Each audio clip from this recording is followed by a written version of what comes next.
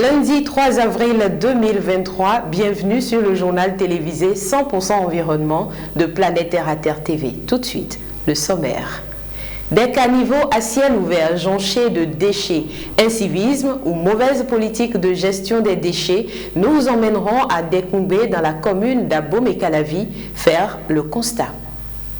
Rôle de la jeunesse dans la transition énergétique pour le développement durable. La jeune chambre Abomey-Calavi SICA a réuni experts et jeunes pour arpenter cette piste. Le programme le plus innovant d'éducation environnementale, le Café Environnement, a tenu ce jeudi sa 3e session pour le compte de l'an 2023. C'était au American Corner sur le campus d'Abomey-Calavi. Mesdames et messieurs, bonsoir. Notre rédaction a reçu une alerte ce matin décriant l'état d'insalubrité notoire des caniveaux à ciel ouvert situés au quartier Décombé dans la commune d'Abomey-Calavi. Les populations partagées entre la honte et la crainte de dénoncer ont refusé de s'exprimer. Toutefois, Aude Myriam Salanon et Gildas d'Almeida ont fait le constat. L'image est choquante. L'odeur insupportable. Nous sommes à Décombé, dans la commune d'Abomey-Calavi. Ces caniveaux à ciel ouvert sont le réceptacle de déchets dans la plus grande indifférence des populations. Lorsque nous jetons les déchets un peu partout dans les quartiers, ces déchets peuvent être envoyés dans les caniveaux par l'eau de ruissellement. Il faut éviter de jeter les déchets un peu partout. Ayons le sens des poubelles pour que les déchets soient mieux gérés. Ces ouvrages ont été réalisés sous la supervision du ministère de l'Habitat et de l'Urbanisme. Aujourd'hui, c'est le ministère du Cadre de vie et du Développement durable qui a la responsabilité de leur gestion à travers la Société de gestion des déchets et de la salubrité. Si vous voulez que ça cesse, il faut sensibiliser. On a la chance que dans le Grand Nokoué, il y a la Société de gestion des déchets qui travaille. Mais cette société travaille avec bien des structures à la base. Donc, il faut que chaque citoyen ait le sens des poubelles. Un carnivore qui est plein de déchets, plein de, comment on appelle, de déchets plastiques, on jette tout et tout dans les trucs. Après, quand il y a inondation, à cause de blondés, mais à tout moment, c'est la même chose. Donc, je pense qu'il y a une question de conscience personnelle. Les responsabilités sont certainement partagées. Toutefois, chaque citoyen doit faire sa part en protégeant son environnement. Lorsque vous retrouvez les déchets dans des caniveaux, c'est deux sources probables. L'eau de ruissellement peut envoyer les déchets dans des caniveaux qui ne sont pas couverts. La seconde responsabilité peut quand même revenir de nous-mêmes citoyens. Comment est-ce que nous utilisons les choses qui sont mises à notre disposition ? Le chef du quartier Décombé nous a confié hors caméra avoir saisi les autorités de la mairie d'Abomey-Calavi sans suite.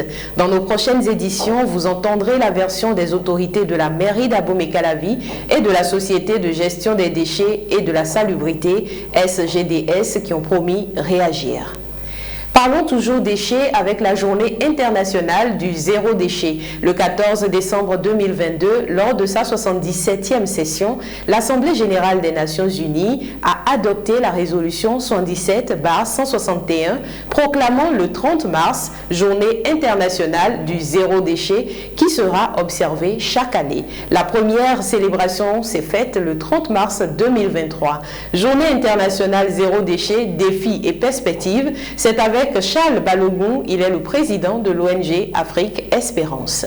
Quand vous prenez le vocable ordure, dans ordure, les deux premières lettres, c'est de l'or. Dans les ordures, il y a déjà de l'or. Les déchets que les usines dégagent constituent des gaz carboniques qui constituent un problème aussi pour l'environnement. Et en dehors de ceci, il y a aussi les déchets que nous-mêmes nous produisons chaque jour. Quand vous partez dans une ville aujourd'hui, la gestion des déchets est devenue un problème vraiment difficile à gérer. Et pratiquement dans d'autres cités, les gens mettent un département spécial pour pouvoir traiter des questions d'ordures. Et imaginez Cotonou, combien d'ordures nous produisons par jour. Et donc, il faut d'abord bien les gérer.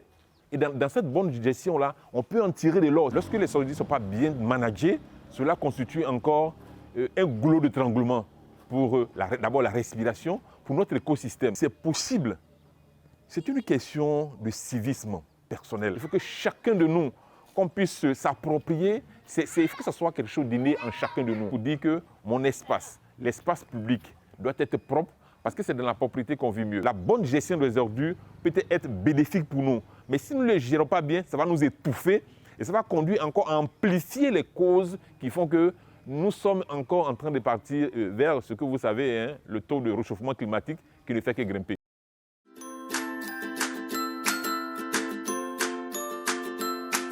« 100% Terre » vous fait découvrir les merveilles de la nature pour le bien-être de la peau et des cheveux. 100% Terre, c'est des beurres végétaux, des huiles végétales, des graines et des poudres.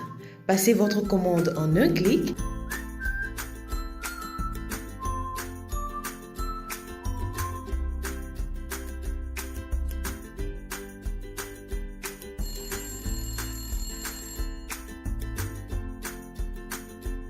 100% Terre, le bonheur est dans la nature.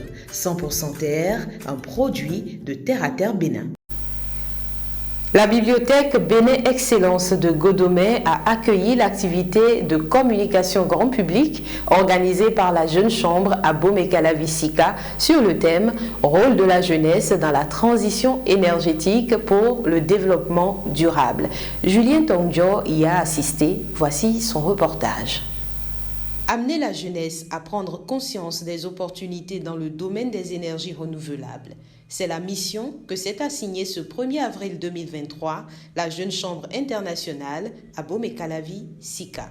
La jeunesse a été aujourd'hui outillée sur la thématique des énergies renouvelables, sur les opportunités qu'ils peuvent en tirer et sur les actions qu'ils peuvent mener dans les prochains jours, les prochains mois, les prochaines années pour aller dans un sens et faire un nouveau pas vers l'atteinte de l'ODD numéro 7 qui a pour échéance 2030, énergie pour tous. Le panel que nous avons invité sur notre activité, vous avez bien observé, c'est des jeunes acteurs qui innovent.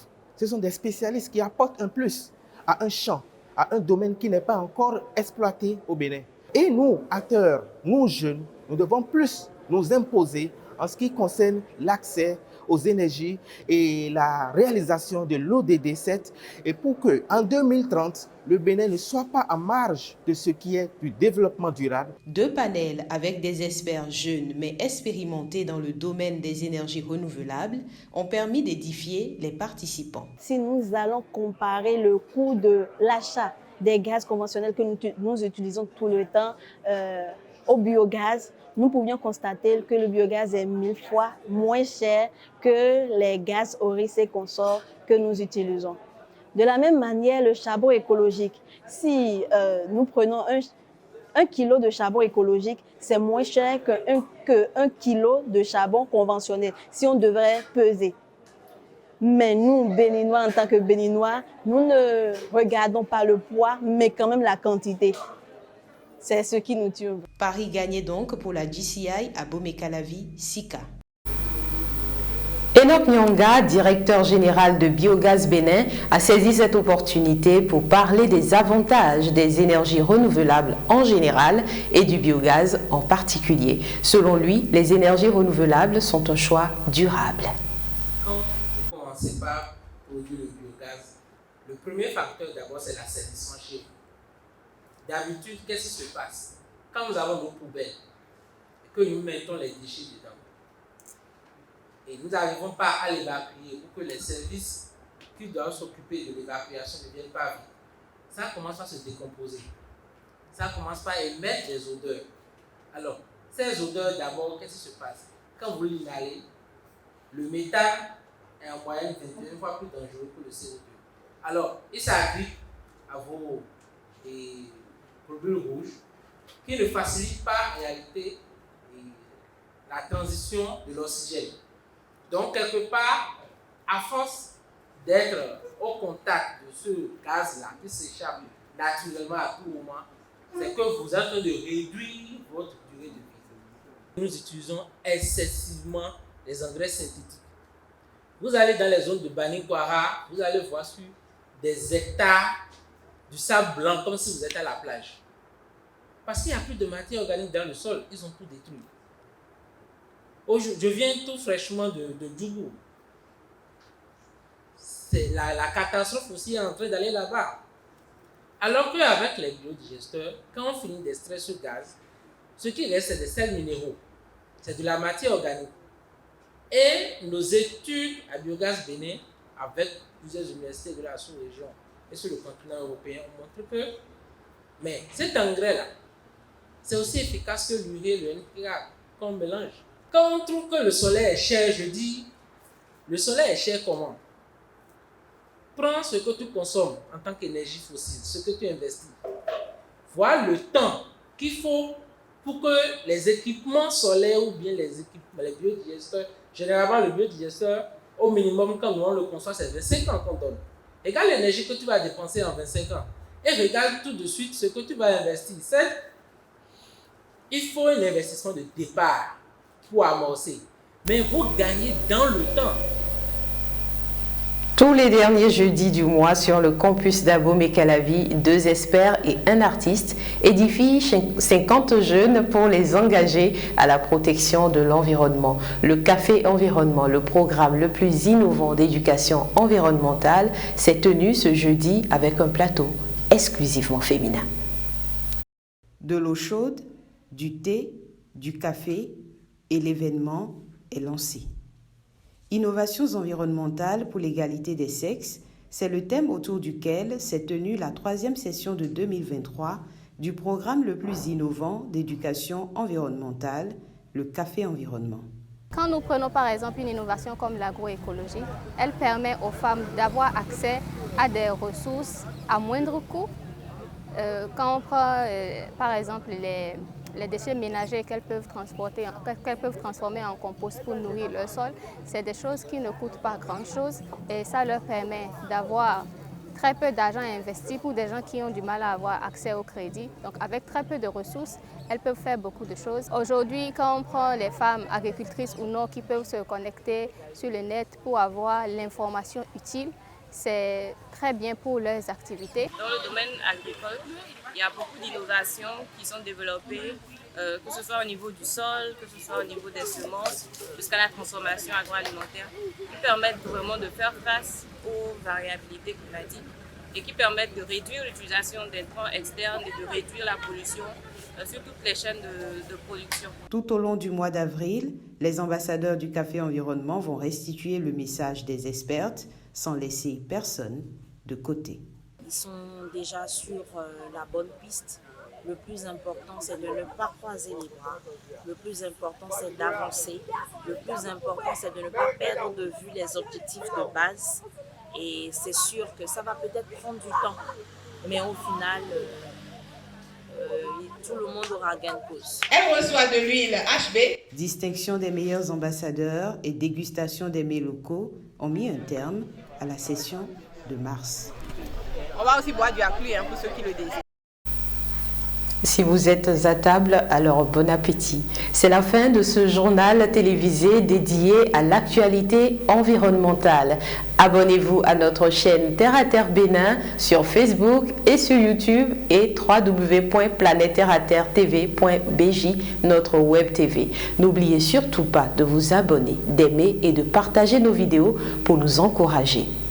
N'oubliez pas, contactez-nous également pour la couverture médiatique de toutes vos activités liées à l'environnement. Protégez l'environnement parce que l'environnement, c'est vous.